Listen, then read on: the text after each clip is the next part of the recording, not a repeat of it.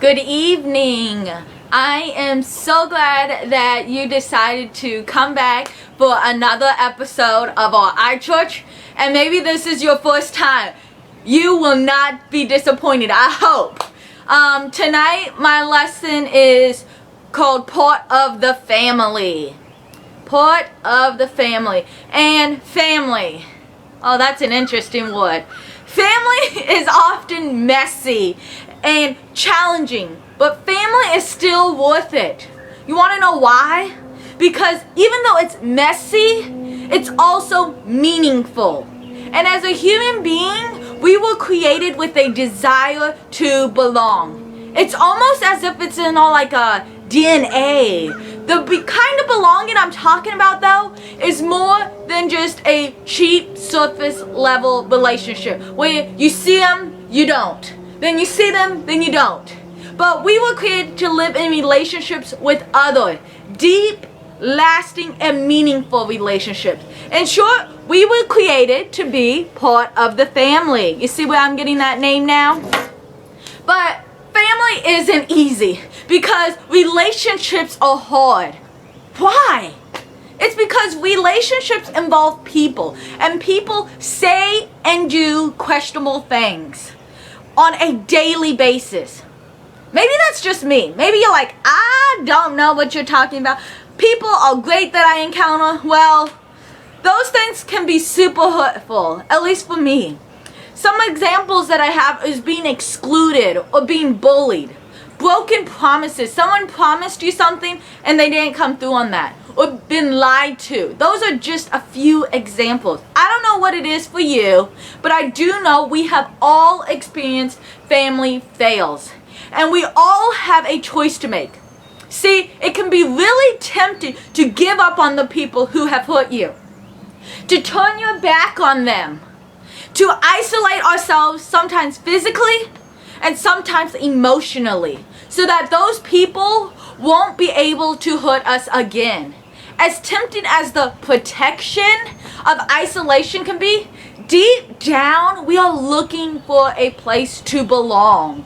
We feel that we need people because we do, and that's totally okay. And the truth is, there are people who need you. This is why I'm so thankful you're watching this iChurch tonight. Because the church is a family. It's a place where outsiders and outcasts can become brothers and sisters. At East End, we are a family, and you are invited to be part of the family. The Apostle Paul, one of the most prominent leaders of the early Jesus movement, wrote a bunch of letters to different churches to help them understand the significance of who Jesus is, what he did, and how to live as his people. People who have accepted his invitation to join the family of God. The letter we're going to be reading from tonight is called Galatians. And because it was originally written to the Christian community living in Galatia. So that makes sense. Towards the end of this letter, Paul summarizes the main idea in chapter 6, verse 10, when he writes, "Therefore, as we have opportunity, let us do good to all people, especially to those who belong to the family of believers." Galatians 6:10.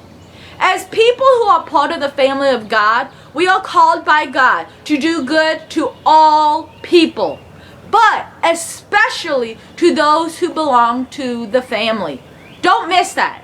So I'm going to say that again. We are called by God to do good to all people, but especially to those who belong to the family.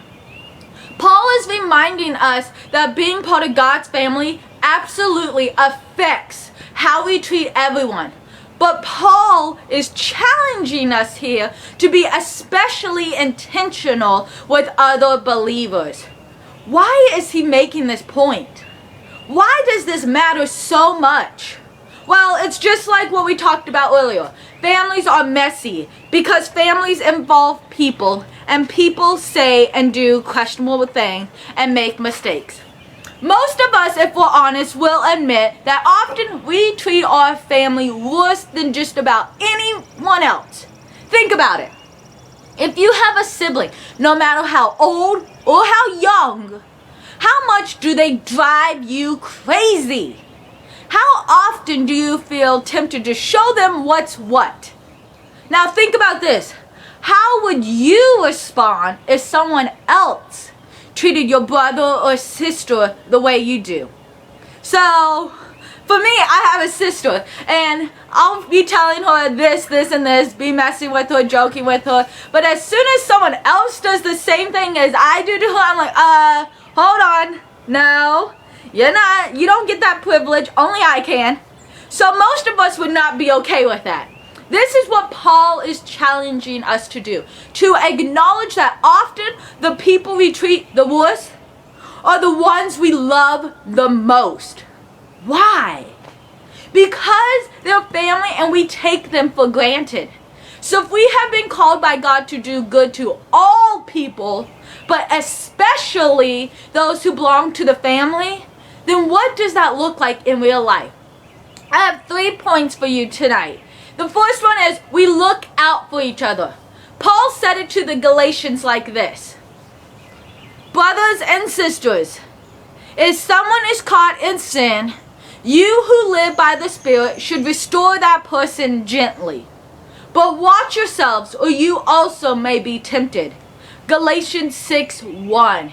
Here's the thing. None of us would stand by and watch someone we care about walk into a harmful situation. Imagine this. You have your sibling or your child or even your pet, and they are getting ready to run into the street. Are you standing there thinking, well, if they get squashed, they're going to learn their lesson from that? No, you're not going to be like that. You are going to lovingly tackle them and grab them before they seriously get hurt. We get that it would not be loving in the least to watch someone get run over by a car. So why would we silently observe someone's sin? Those choices are even more harmful than oncoming traffic because they affect our present reality and our eternity. It is uncomfortable to call people out. Yeah, I know. It definitely is at times. But we are called to be willing to step into those conversations because ultimately that is what it looks like to do good to our family. So the first thing was look out for each other. The second one is we support each other. Paul said, carry each other's burdens, and in this way you will fulfill the law of Christ. Galatians 6:2. Families support each other. When one of our brothers or sisters is going through difficult times, they aren't walking alone. And I'm just not talking about your physical brother or sister. I'm talking about part of God's family. And the beautiful thing is when we carry each other's burdens, we are fulfilling Jesus' command and showing the world we belong to Him. When Jesus launched His kingdom on earth and initiated a new covenant, a new partnership with human beings, He gave a new command that would be the command, the foundation on which He would continue to build His kingdom. And that command is pretty simple. A new command I give you, love one another. As I have loved you, so you must love one another. By this everyone will know that you are my disciples, if you love one another. John 13, verses 34 to 35. Jesus was saying that the world would know who we belong to based on how we love each other. So supporting one another, learning how to lean in and carry one another's burdens, fulfills the command of Christ. And really, we look more like Him when we do so. Never forget, Jesus carried our ultimate burden when He carried the cross to Calvary. We get to be a family who paints this picture for others by how we support each other. So we look out for each other, we support each other, and finally, we give up on we never, let me get that right, we never give up on each other. So those three things again is, we support each other, we look out for each other, and we never give up on each other. Paul encourages the Galatians with these words: let us not become weary in doing good, for at the proper time we will reap a harvest if we do not give up. Galatians 6:9. Here's the thing. Consistency is a powerful testimony. Chances are your life hasn't been drastically impacted by someone you've had a grand total of one conversation with. No, it's people who are part of your story day in and day out, every day, every time. It isn't easy to keep showing up for someone when they aren't excited or even responsive. But Paul anticipated this, saying, hey, I know it's tempting, but don't stop. Don't stop inviting that friend or family to church. Don't stop praying for those kids, those grandkids, your friends. Don't stop following up with your church family. God is working even when we can't see it.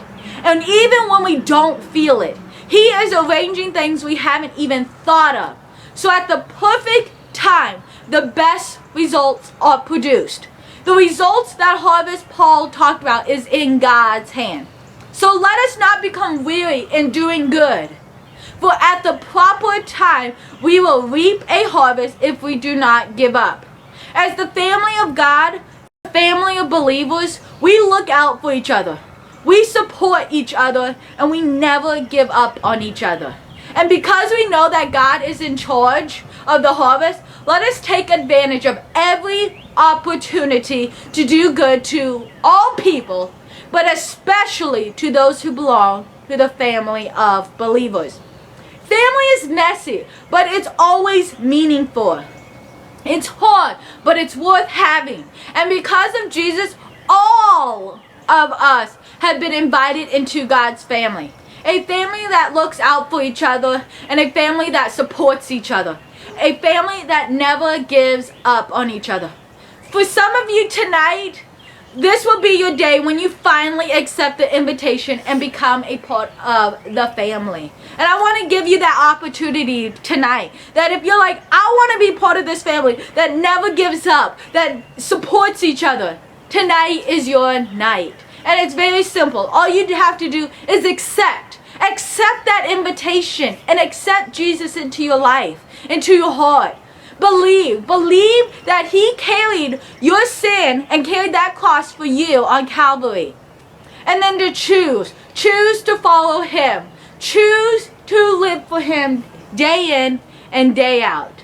If that's you, I would like to pray for you. And maybe that's not you tonight. I'd still like to pray for you.